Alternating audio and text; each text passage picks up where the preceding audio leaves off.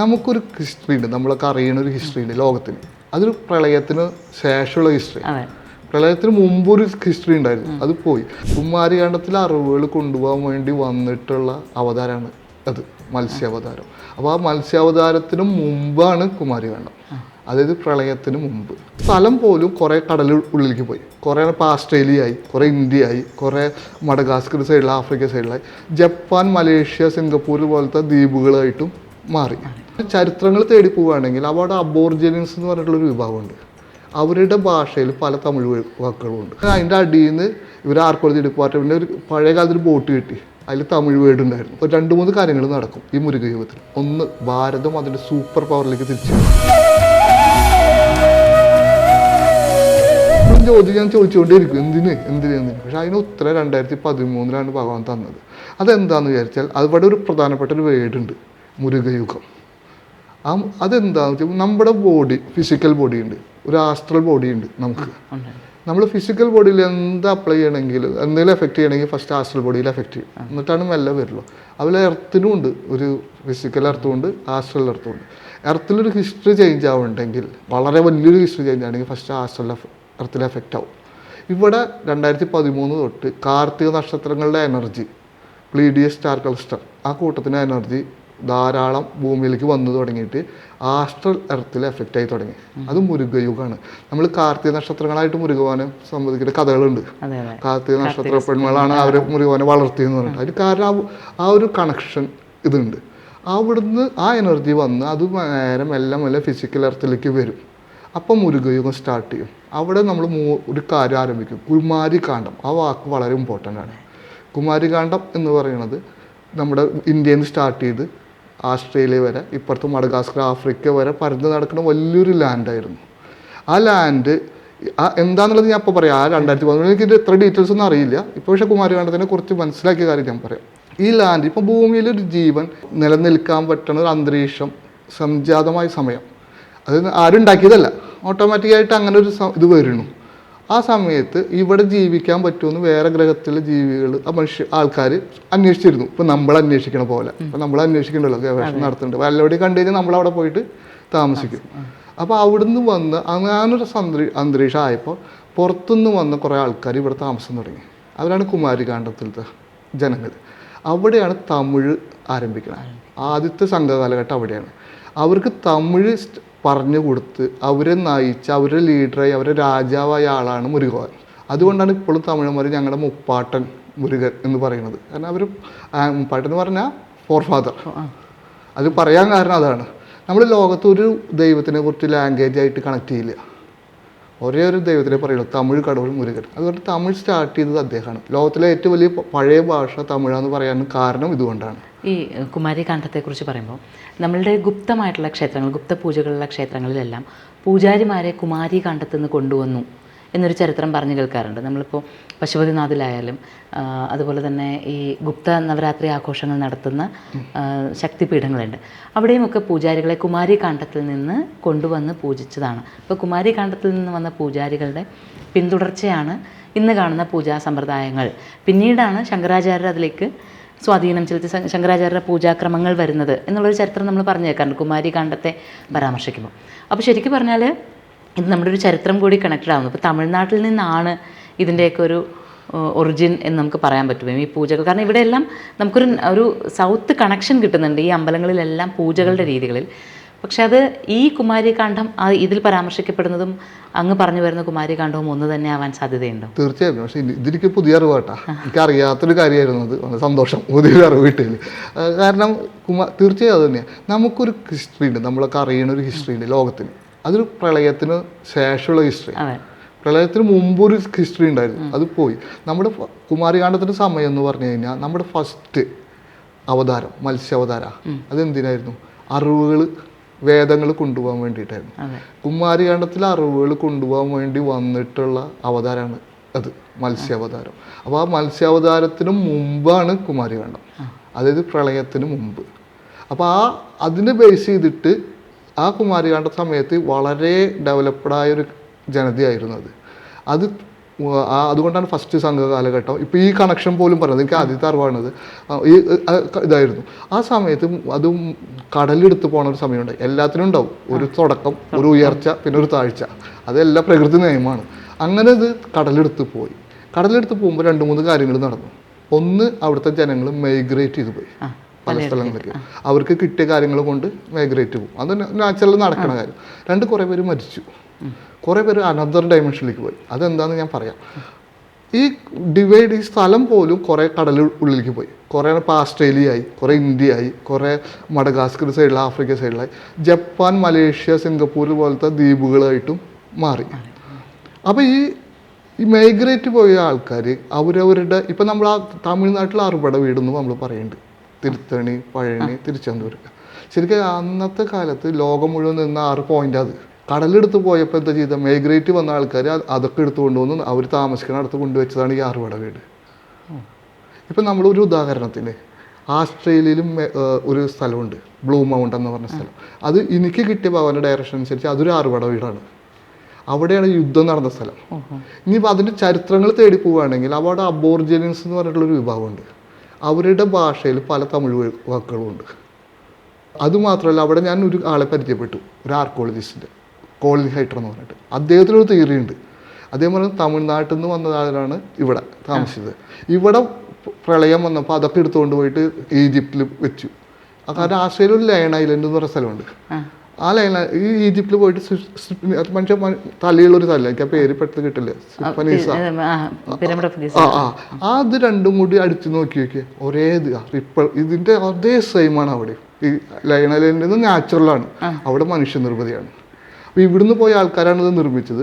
അതുമാത്രമല്ല, അതിൻ്റെ അടിയിൽ നിന്ന് ഇവർ ആർക്കോളജി ഡിപ്പാർട്ട്മെൻറ്റിൻ്റെ ഒരു പഴയ കാലത്തൊരു ബോട്ട് കിട്ടി, അതിൽ തമിഴ് വേർഡ് ഉണ്ടായിരുന്നു. ആ ഫോട്ടോ എനിക്ക് അദ്ദേഹം കാണിച്ചു തന്നു. അപ്പോൾ ഈ മൈഗ്രേറ്റ് ചെയ്ത് പോയ ആൾക്കാരാണ് ഇങ്ങനെ പോയിട്ടുള്ളത്. ഒരു ഉദാഹരണം കൂടി പറയാം. ഇറാഖ് കുർദിഷ് സൈഡിൽ യസീദികൾ എന്ന് പറയുന്നൊരു വിഭാഗമുണ്ട്. യാസിദ്ദി എന്നാണ് ശരിക്കും, തെക്കുന്ന് സിദ്ധിച്ചു വന്നവർ. അവരുടെ അമ്പലം ഉണ്ട്. അമ്പലത്തിൽ അവർ പ്രാർത്ഥിക്കുന്ന ദൈവം മയിലിൻ്റെ മേലെ നിൽക്കുന്ന ഒരു മാലാഖയ. ഒരിക്കലും മരുഭൂമിയിലും മയിലിനെ വെച്ച് പൂജിക്കുന്ന ഒരു വിഭാഗം ഉണ്ടാവില്ല. അവരുടെ അമ്പലത്തിൽ ഒരു വലിയ നിലവിളക്ക് വെച്ചിട്ടുണ്ട്. ഇതൊക്കെ ഗൂഗിളിൽ നോക്കി കഴിഞ്ഞാൽ കിട്ടും. ഒരു ലേഡിയുടെ, ഇന്ത്യൻ സ്ത്രീ സാരി എടുത്തിട്ടുള്ള ഒരു പടം അവർ വരച്ച് വെച്ചിട്ടുണ്ട്. അവരും ഇതേപോലെ മൈഗ്രേറ്റ് ചെയ്ത് പോയി കണക്ഷൻ വിട്ടുപോയിട്ടുള്ള ഒരു വിഭാഗമാണ്. അപ്പോൾ തീർച്ചയായും നേരത്തെ ചോദിച്ച പോലെ ഈ അമ്പലങ്ങളിലൊക്കെ പൂജാരിമാരെ കുമാരികാണ്ഡത്തിൽ നിന്ന് കൊണ്ടുവന്നു എന്ന് പറയുന്നുണ്ടെങ്കിൽ ഇവിടുന്ന് മൈഗ്രേറ്റ് വന്ന ആൾക്കാർ ചെയ്തത് തന്നെയാവും. അല്ലെങ്കിൽ അവരുടെ അറിവുകൾ ഇവിടെ കൊടുത്തിട്ട് അത് ഫോളോ അപ്പ് ചെയ്യണത് തന്നെയായിരിക്കും. ഇത് ശരിക്കും പറഞ്ഞാൽ ഇപ്പോൾ നമ്മളിപ്പോൾ ഈ സംസാരിക്കുന്നത് ഒരുപാട് കാര്യങ്ങളിലേക്ക് വെളിച്ചം വീശുന്നതായിട്ടാണ് ശരിക്കും ഇപ്പോൾ കേട്ടുകൊണ്ടിരിക്കുമ്പോൾ അനുഭവിക്കുന്നത്. കാരണം ഈ കുമാരി എന്നുള്ള വാക്ക് തന്നെ, കുമാരി, കുമാരൻ, ആ കുമാരസ്വാമി എന്ന് നമ്മൾ സുബ്രഹ്മണ്യനെ വിളിക്കുമ്പോൾ ഈ കുമാരി എന്നുള്ളത് നമ്മളെപ്പോഴും ഭഗവതി അല്ലെങ്കിൽ എന്തോ ഒന്നിൻ്റെ ഒരു കന്യകാഭാവം എന്നുള്ളത് നമ്മളിങ്ങനെ വിചാരിക്കാറുണ്ട്. അപ്പോൾ ഈ കന്യാകുമാരിയിൽ നമ്മൾ കന്യാകുമാരി മുനമ്പിൽ കുമാരിയായി ഭഗവതി ഇരിക്കുന്നതും, അതുപോലെ തന്നെ വത്തിക്കാനിൽ എന്താ പറയുക വെർജിൻ മേരി എന്നുള്ള ഈ സങ്കല്പമൊക്കെ കുമാരി കാണ്ഡമായിട്ട് ബന്ധപ്പെടുത്തി ഒരിക്കലും ഇങ്ങനെ ഒരാൾ സംസാരിക്കുന്നത്. അത് പക്ഷെ പൂർണ്ണമായില്ല ആ സംസാരം, പകുതിയിൽ അദ്ദേഹം അത് നിർത്തി പോവുക ചെയ്തേ. അപ്പോൾ അവിടെ നിന്ന് കിട്ടിയ കുറേ കാര്യങ്ങളാണ് ഞാനിപ്പോൾ ഈ ചോദിച്ചത്. കുമാരി കാണ്ഡം എന്ന് പറയുന്നത് ശരിക്കും എന്താണ്? കുമാരിയാണോ അതോ കുമാരിക്കല്ല അല്ലെങ്കിൽ കുമാരനല്ല ഊര് എന്നൊക്കെ പറഞ്ഞ പോലെ കുമാരിയിൽ നിന്ന് കുമാരനിലേക്കുള്ള ആ ഒരു സഞ്ചാരത്തിൻ്റെ സത്യങ്ങളാണോ പറയുന്നത് എന്നുള്ളത് ശരിക്കും എനിക്ക് തോന്നുന്നു അങ്ങയുടെ അന്വേഷണത്തിൽ പിന്നീട് എപ്പോഴെങ്കിലും തീർച്ചയായും. കാരണം അത് എൻ്റെ യാത്ര അതിലേക്ക് തന്നെയാണ്, കുമാരികാണ്ഡം എന്നുള്ള ആ ഒരു ഇതിൽ. അതുകൊണ്ടാണ് ആ മൈഗ്രേറ്റ് പോയിട്ടുള്ള ആൾക്കാരെ കൂട്ടി യോജിപ്പിക്കുക എന്നുള്ളൊരു കർത്തവ്യമാണ് ഇവിടെ ഉള്ളത്. അപ്പോൾ ആ മാഡം പറഞ്ഞാൽ അതെനിക്ക് ഭയങ്കര അത്ഭുതമായിട്ട് തോന്നി. എനിക്ക് അറിയാത്തൊരു വിഷയമായിരുന്നു. അപ്പോൾ ഉറപ്പായിട്ടും നമ്മളുടെ നോളേജ് ഈ അന്നത്തെ കാലത്ത് ഈ അമ്പലങ്ങളിലേക്കൊക്കെ കൊടുത്തിട്ടുണ്ടാവും, ഇവിടുന്ന് കൊണ്ടുപോയിട്ടുണ്ടാവും. ഈ ഒരു സംഭവം തിരിച്ചു വരേണ്ട സമയമായി. അതാണ് മുരുകയുഗം. മുരുകയുഗം എന്ന് പറയുമ്പോൾ കുമാരികാണ്ഡത്തിൻ്റെ നോളജ് വെളിയിൽ വരും. കുമാരികാണ്ഡത്തിനെ കുറിച്ച് ജനങ്ങൾ അറിയും. ആ ഇത്തരം സംഭവങ്ങൾ നടന്നിട്ട് 2-3 കാര്യങ്ങൾ നടക്കും ഈ മുരുകയുഗത്തിൽ. ഒന്ന്, ഭാരതം അതിൻ്റെ സൂപ്പർ പവറിലേക്ക് തിരിച്ചു വരും. 2, കുമാരികാണ്ഡത്തിന് വേറെ ഡയമെൻഷനിൽ പോയ ആൾക്കാർ തിരിച്ച് ഭൂമിയിലേക്ക് എത്തും. ഏലിയൻ എന്ന് നമ്മൾ വിശേഷിപ്പിക്കാവുന്നത്. അപ്പോൾ അത്തരം കാര്യങ്ങൾ ഈ ഭൂമിയിൽ നടക്കാൻ പോവുകയാണ്. അതാണ് മുരുകയുഗം. ഈ മുരുകയുഗത്തിന് വേണ്ട കാര്യങ്ങൾ ചെയ്യുക എന്നുള്ളതാണ് എൻ്റെ ദൗത്യം എന്ന് അന്നാണ് എനിക്ക് മനസ്സിലാവണത്. അപ്പോഴാണ് ഇതാണ് എൻ്റെ ഡ്യൂട്ടി എന്ന് മനസ്സിലായി. പക്ഷെ ഇതെങ്ങനെ അപ്പോഴും ഇതായിരുന്നു. പക്ഷെ അതിനുശേഷം ഭഗവാൻ എന്നെ ഒരുപാട് രാജ്യങ്ങളിലേക്ക് അയച്ചു. അതുവരെ തമിഴ്നാട് അങ്ങനെയുള്ളതായിരുന്നു. പക്ഷെ ഒരുപാട് രാജ്യങ്ങൾ, ഒരുപാട് സീക്രട്ടുകൾ പറഞ്ഞു നടക്കുന്നുണ്ട്. അത്ര എനർജി പോയിന്റിലേക്ക് യാത്ര അയച്ചു. അവിടെ എനിക്കുണ്ടായ അനുഭവങ്ങൾ ഭയങ്കരമായിട്ടുള്ള കുറേ അനുഭവങ്ങൾ. അതിനൊരു ഉദാഹരണം ഞാൻ ഇപ്പോൾ ആസ്ട്രേലിയയിലുണ്ടായ ബ്ലൂ മൗണ്ടൻ ലൈലാൻഡ് പറഞ്ഞു. അതേപോലെ ഒരു സ്ഥലത്ത് അയച്ചത് മംഗോളിയയ്ക്കാണ്. മംഗോളിയയിൽ സംബാല എന്ന് പറഞ്ഞിട്ടുള്ളത് എന്തായാലും കേട്ടിട്ടുണ്ടാവാൻ സാധ്യതയുണ്ട്. സംബാല എന്ന് പറയുന്നൊരു മിത്താണ്. അതായത് നമ്മൾ അങ്ങനെ ഒരു ലോകം, സിദ്ധന്മാരുടെ ലോകമാണ്. അവിടെ നിന്ന് ഒരു സിദ്ധം വന്ന് ഭൂമിയിൽ ജനിക്കും, അദ്ദേഹത്തിൻ്റെ കർത്തവ്യങ്ങൾ നിർവഹിച്ച് തിരിച്ച് അവിടേക്ക് തന്നെ പോകും, വലിയ ഡ്യൂട്ടികൾ ചെയ്യുന്ന ആൾക്കാർ. അപ്പോൾ ഈ ശംബാല എവിടെയാണെന്നുള്ളത് ഒരുപാട് ആൾക്കാർ പല സ്ഥലത്തും പറയുന്നുണ്ട്. ഒരാൾ ടിബറ്റിൽ എന്ന് പറയുന്നുണ്ട്, കുറച്ച് ആൾക്കാർ മംഗോളിയ ഗോബി ഡെസർട്ടിലാന്ന് പറയുന്നുണ്ട്, കൈലാസത്തിലാന്ന് പറയുന്നുണ്ട്. ഒരു പക്ഷേ അതൊക്കെ പല ഗേറ്റുകളായിരിക്കാം. പക്ഷേ എന്നെ വായിച്ചത് ഗോബി ഡെസർട്ടിലേക്കാണ്. ഞാൻ മംഗോളിയക്ക് ട്രാവൽ ചെയ്ത് ഉലൻബത്താർ എന്നാണ് ക്യാപിറ്റലിൻ്റെ പേര്. ലോകത്തെ ഏറ്റവും തണുപ്പ് കൂടിയ സ്ഥലമാണ്. -30 വരെയൊക്കെ പോകും. അത്രയും അവിടുന്ന് ഒരു യാത്രയുണ്ട്, ഒരു 5-6 മണിക്കൂർ യാത്രയുണ്ട്. ഒരൊറ്റ മരങ്ങളും ഉണ്ടാവില്ല, റോഡ് മാത്രം. അങ്ങനെ ഞാൻ ഗോബി ഡെസർട്ടിലെത്തി. അപ്പോൾ അവിടുത്തെ ചരിത്രം, അവിടുത്തെ ഐതിഹ്യം ചരിത്രം എന്താണെന്ന് വെച്ചാൽ, ഒരു സിദ്ധൻ ആ വഴിക്ക് നടന്നു പോകുമ്പോൾ അവിടേക്ക് എനർജി ഷിഫ്റ്റിങ് മനസ്സിലാക്കി, ഇതാണ് ശംബാലയുടെ ഗേറ്റ് എന്ന് മനസ്സിലാക്കി. ഇനിയുള്ള ആൾക്കാർക്ക് അത് ഉപകാരം ഉണ്ടാവുക വെച്ചാൽ അയാൾ 4 ഗേറ്റുകൾ വെച്ചു. നിങ്ങൾ ഇവിടെ ഒന്ന് പ്രാർത്ഥിച്ചു കഴിഞ്ഞാൽ ഇവരുടെ അനുഗ്രഹം കിട്ടുമെന്ന്. ഇപ്പോഴും അവിടുത്തെ ലോക്കൽ ആൾക്കാർ അവിടെ ഒന്ന് മണ്ണിൽ കിടക്കും, എന്നിട്ട് എനർജി എടുത്തിട്ട് പോകും. ഞാൻ അവിടെ പോയി അവിടെ ഇരുന്ന് പ്രാർത്ഥിച്ചു. ആ ശംബാലയുടെ ആ എനർജി റിസീവ് ചെയ്തു. നമ്മൾ ഗരുഡ എനർജി, നാഗ എനർജി, 2 ടൈപ്പ് എനർജി ഉണ്ട്. നമ്മൾ കഥകളുണ്ടാവും, ഗരുഡ, നാഗം, ശത്രുത, അങ്ങനെയൊക്കെ. ശരിക്കും ആക്ച്വലി ഇത് രണ്ട് എനർജി ആയ കാരണമാണ് അത്ര ഇത് വന്നത്. നാഗ എനർജി എന്ന് പറയുന്നത് സ്പിരിച്വൽ എനർജിയാണ്. ഗരുഡ എനർജി എന്ന് പറഞ്ഞ ഒരു അധികാരത്തിൻ്റെ ഇതാണ്. അതുകൊണ്ടാണ് നമ്മൾ 3 ചുറ്റ് കുണ്ടലിന് മുന്നിട്ട് ഉയർന്ന് അത് വരുന്നു എന്നൊക്കെ പറയണത്. അത് ഉയരുമ്പോഴാണ് ഇത് വരുന്നത്. അത് നാഗാനന്ദ സ്പിരിച്വാലിറ്റിയാണ്. അത് കൂടുതലുള്ളത് ഏഷ്യ സൈഡിലാണ്, ഏഷ്യ ഭാഗം. നമുക്ക് കണ്ടു കഴിഞ്ഞാൽ അറിയാം, ഒരുവിധ റിലീജിയനൊക്കെ സ്റ്റാർട്ട് ചെയ്തത് ഏഷ്യയിലാണ്. നമ്മൾ ഗരുഡ എനർജി നോക്കൂ, വെസ്റ്റേണിലെ കൂടുതൽ നമുക്കറിയാം അധികാരം കൂടുതൽ അവിടെ കണ്ടു. അവർ ഫ്ലാഗുകൾ നോക്കിക്കോളൂ, ആ ഫ്ലാഗിലൊക്കെ ഈ അടയാളങ്ങൾ പല രാജ്യങ്ങളും വെച്ചിട്ടുണ്ടാവും. ഇത് വെറുതെ നടക്കണതല്ല, അതോ അറിഞ്ഞിട്ട് തന്നെയാണ് വെക്കുന്നത്. ഈ രണ്ടും കൂടി പാരലായിട്ട് സഞ്ചരിക്കുകയാണ് ചെയ്യുന്നത്. ഇത് കൂട്ടിമുട്ടുന്ന അപൂർവ സ്ഥലങ്ങളുണ്ട്. അതിൽ ഒന്ന് ഈ മംഗോളിയാണ്, ഒന്ന് ഉജ്ജയിനാണ്. ഉജ്ജയിനെ കുറിച്ച് നമുക്ക് ഡീറ്റെയിൽസ് പിന്നെ സംസാരിക്കാം, കുറേ പറയാം. മംഗോളിയയിൽ ഈ 2 സ്ഥലത്തുനിന്ന് 2 രാജാക്കന്മാർ വന്നിട്ടുണ്ട്. ഒന്ന് ചെങ്കിസ് ഖാൻ മംഗോളിയയിൽ നിന്ന്, ഇവിടെ വിക്രമാദിത്യ രാജാവും. ഈ 2 എനർജി എടുത്ത് വന്ന 2 ആൾക്കാർ. അതുകൊണ്ടാണ് അവർ ലോകം മുഴുവൻ പരന്ന് ഒരു പവർഫുള്ളായത്. അപ്പം അത്തരം ഒരു സ്ഥലത്തേക്ക് ഭഗവാൻ ഗോപി ഡെസർട്ടിലേക്ക് തന്നെ യാത്ര അയച്ചൊരു അനുഭവം ഉണ്ടായിട്ടുണ്ട്. അവിടെ ഉണ്ട്. അതേമാതിരി നമ്മൾ ശ്രീലങ്കയിലെ കതിർഗാമ, അതേപോലെ ഒരു വർഷം ജപ്പാനിലുണ്ടായൊരു അനുഭവം, ക്യോട്ടോ എന്ന് പറഞ്ഞ സ്ഥലത്ത്. അത് ഭഗവാന്റെ ഡയറക്ഷനിൽ പോകുമ്പോൾ ക്യോട്ടോ എന്ന് പറഞ്ഞ സ്ഥലത്തിൽ ഗുരു ബാബാജിയുടെ എനർജി വരും. അത് ലോകസമാധാനം ഞാൻ അദ്ദേഹമാണ് കൈകാര്യം ചെയ്യുക എന്ന് പറഞ്ഞിട്ടാണ് ഞാൻ അവിടേക്ക് സഞ്ചരിക്കുന്നത്. ഈ മെസ്സേജ് കിട്ടണ സമയത്ത് അവിടുത്തെ സിറ്റുവേഷൻ എന്താണെന്ന് വിചാരിച്ചു കഴിഞ്ഞാൽ, ഉത്തര കൊറിയയും സൗത്ത് കൊറിയയും ഭയങ്കര യുദ്ധം വരുന്ന ടൈമായിരുന്നു ആ സമയത്ത്. 2018 കാര്യമാണ് പറയുന്നത്. ഉത്തര കൊറിയൻ ഭരണാധികാരി മിസൈൽ ജപ്പാൻ്റെ മേലെ കൂടെ കടലിലേക്ക് ഇങ്ങോട്ട് പരീക്ഷണം നടത്തിക്കൊണ്ടിരിക്കുകയാണ്. അപ്പോഴാണ് എനിക്ക് മെസ്സേജ് വരുന്നത്. അപ്പം ഞാൻ നമ്മുടെ ദേവേട്ടൻ എന്ന് പറഞ്ഞ ട്രസ്റ്റിൻ്റെ ആളോട് പറഞ്ഞു, ജപ്പാനിലേക്കൊരു എംബസിക്കൊരു മെസ്സേജ് ചെയ്യുക, ബാബാജി നിങ്ങളുടെ രാജ്യത്തിനെ സംരക്ഷിക്കും, ഒന്ന് നടക്കാൻ പോകണം. ഞാൻ പറഞ്ഞു അവരുടെ മറുപടി ഒന്നും വരില്ല, പക്ഷെ എന്തെങ്കിലും ഒരു അത്ഭുതം നടക്കും നമുക്ക് നോക്കാമെന്ന് പറഞ്ഞു. ഈ മെസ്സേജ് അയച്ച് 2ാമത്തെ ദിവസം അത് സ്റ്റോപ്പായി, ആ വിഷയം സ്റ്റോപ്പായി. അത് കഴിഞ്ഞിട്ട് ഭഗവാൻ ഡയറക്ഷൻ പറഞ്ഞത് ഇവിടെ പോയിട്ട് പറങ്കിപ്പേട്ട പോയിട്ട് ബാബാജിനെ പ്രാർത്ഥിച്ചിട്ട് വേണം അങ്ങോട്ട് പോകാനാണ് പറഞ്ഞത്. 1 മാസം കഴിഞ്ഞിട്ട് വിഷയൊക്കെ റെഡിയാക്കി 1 മാസം കഴിഞ്ഞിട്ടാണ് ഞാൻ അങ്ങോട്ട് പോകുന്നത്, പറങ്കിപ്പേട്ട തൊഴുതാണ്. ഞാൻ പറങ്കിപ്പേട്ട എന്ന് പറയുന്നത് ചിദംബരം ക്ഷേത്രത്തിൽ നിന്ന് ഒരു 14 കിലോമീറ്റർ അകലെയാണ്. അവിടെയാണ് ഗുരുബാബാജിയുടെ ജന്മസ്ഥലം. അത് 14 കിലോമീറ്റർ ഉള്ളൂ, വളരെ അടുത്താണ്. ഗുരുബാബാജി ജനിച്ചത് അവിടെയാണ്. അദ്ദേഹത്തിനെ കുറിച്ച് അറിയണ കാരണമാണ് ഞാൻ കൂടുതൽ പറയാണ്ടിരുന്നത്. കേരളത്തിൽ നിന്ന് കുടിയേറി അങ്ങനെ ആ ഒരു കുറേ ഇതുണ്ട്. അപ്പോൾ ഞാൻ 1 മാസം ഇത് കഴിഞ്ഞിട്ട് 1 മാസം കഴിഞ്ഞ് വിസയൊക്കെ റെഡിയാക്കി ഞാൻ അവിടെ പോയി. ഞാൻ ജപ്പാനിൽ എൻ്റർ ആവണ ദിവസമാണ് സൗത്ത് കൊറിയ ഉത്തര കൊറിയയും കൂടി 2 പ്രസിഡന്റുമാർ കൈ കൊടുത്തിട്ട് ഒപ്പിടുന്നത്. ഞാൻ ഇറങ്ങിയ TV കാണുന്നുണ്ട് എയർപോർട്ടിൽ. എനിക്ക് ആകെ ഒരു വല്ലാത്തൊരു അനുഭവമായി. ഞാൻ ക്യോട്ടോ എന്ന് പറഞ്ഞ സ്ഥലത്ത് പോയിട്ട് തൊഴുതു വന്നു. പിന്നെ അറിഞ്ഞാൽ ക്യോട്ടോൻ്റെ ഒരു ഹിസ്റ്ററി ഉണ്ട്. 2ാം ലോക മഹായുദ്ധത്തിൽ അമേരിക്ക ആണവ ബോംബ് ഇടാൻ വേണ്ടി സെലക്ട് ചെയ്ത നഗരമാണ് ക്യോട്ടോ. അത് സൈൻ ചെയ്യുന്ന ഉദ്യോഗസ്ഥന് കൊടുത്തപ്പോൾ അദ്ദേഹം ഹണിമൂൺ ആ നഗരത്തിൽ ആഘോഷിച്ച കാരണം അദ്ദേഹത്തിന് ആ നഗരത്തിൽ ഭയങ്കര ഇഷ്ടമായ കാരണം അത് വെട്ടിയിട്ടാണ് ഹിരോഷിമയാക്കിയത്.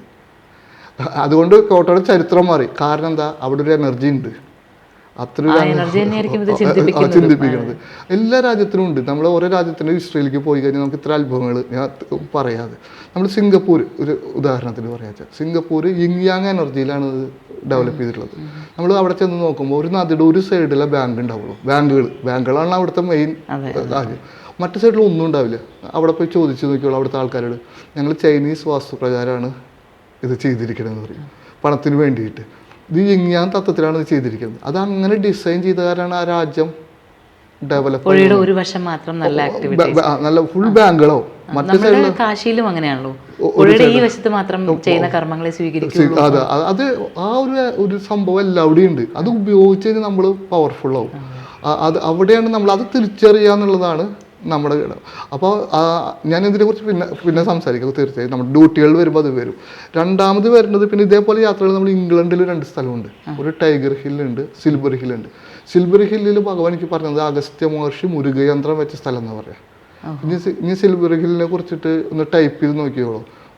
ലോകത്തെ ഏറ്റവും പഴയ മനുഷ്യനിർമ്മിതമായ പിരമിഡാണത്. അത്ര മനുഷ്യൻ നിർമ്മിച്ചൊരു പിരമിഡാണിത്, മണ്ണുകൊണ്ട്. അതിൻ്റെ ഉള്ളിൽ എന്താണെന്ന് അറിയാൻ വേണ്ടി ആൾക്കാർ കാലകാലങ്ങളായിട്ട് കുഴിച്ചു നോക്കാറുണ്ട്. ഇപ്പോൾ ഗവൺമെൻറ് പ്രോഫിറ്റഡ് ഏരിയ ആയിട്ട് മാറ്റിയിരിക്കുക, കിടക്കാൻ പറ്റില്ല. പക്ഷെ അത് ഭയങ്കര പവർഫുൾ. എനിക്ക് പറഞ്ഞത് അഗസ്ത്യ മഹർഷി ഇത് മുരുകയന്ത്രം വെച്ച് ഇതേമാതിരി ലോകം മുഴുവൻ അങ്ങനെ പരന്ന് കിടക്കുന്നുണ്ട് എനർജി. ഇത്ര സ്ഥലങ്ങളിലൂടെ ഒരു യാത്രയായിരുന്നു എനിക്ക് 2017 വരെ. ഇത്രയും കാലങ്ങളിൽ ഇതൊന്നും പുറത്ത് പറയാനുള്ള അനുവാദം ഉണ്ടായിരുന്നില്ല. ഞാൻ എൻ്റെ അടുത്തുള്ള വളരെ സുഹൃത്തുക്കളോടും മാത്രം പറഞ്ഞ് രഹസ്യമായിട്ടുള്ളൊരു യാത്രകളായിരുന്നു ഫുള്ള്. 2017 ഭഗവാൻ എനിക്ക് അനുവാദം തന്നത്. ഇനി പുറത്ത് പറഞ്ഞോളൂ, ഒരു പ്ലാറ്റ്ഫോം വേണം LMRK എന്നുള്ള ഭഗവാൻ പറഞ്ഞ പേരാണ്, ലയൺ മയൂര റോയൽ കിങ്ഡം. അതാണ് അതിൻ്റെ പേര്. ഈ പ്ലാറ്റ്ഫോമിൽ നിന്നുകൊണ്ട് ഞാൻ എൻ്റെ ഡ്യൂട്ടികൾ ചെയ്യാം. ഈ ഡ്യൂട്ടികൾ ലോകത്തിൻ്റെ ചരിത്രത്തെ മാറ്റിമറിക്കും. വേറെ കാര്യം പറഞ്ഞു, ഈ ഒരിക്കലും ഗുരു എന്ന് പറയാൻ പാടില്ല. ഒരു ഗുരു എന്ന പൊസിഷനിൽ ഒരിക്കലും നിൽക്കാൻ പാടില്ല. ഒരു ഗോഡ് മാൻ എന്ന് പറയാൻ പാടില്ല. അത്ര വേഷവിധാനങ്ങളൊന്നും പാടില്ല. സാധാരണക്കാരുടെ വേഷം ധരിച്ച് സാധാരണക്കാരുടെ ഭാഷയിൽ ക്യാപ്റ്റനായിട്ട് ഒരു ക്യാപ്റ്റനായി നിന്നിട്ട് ഒരു ടീമിനെ നയിക്കുക, അതാണ് നിൻ്റെ ചുമതല. ആ പ്ലാറ്റ്ഫോമിൽ നിന്ന് ഒരു 5-6 ഡ്യൂട്ടികളുണ്ട്. അതെങ്ങനെ ചരിത്രത്തെ മാറ്റിമറിക്കണമെന്നുള്ളതാണ് എനിക്ക് പറയാൻ സന്തോഷത്തോടു കൂടി ആവേശത്തോടു കൂടി പറയാൻ ആഗ്രഹിക്കുന്നത്. മോക്ഷ, ജേർണി ടു ദ സെൽഫ്.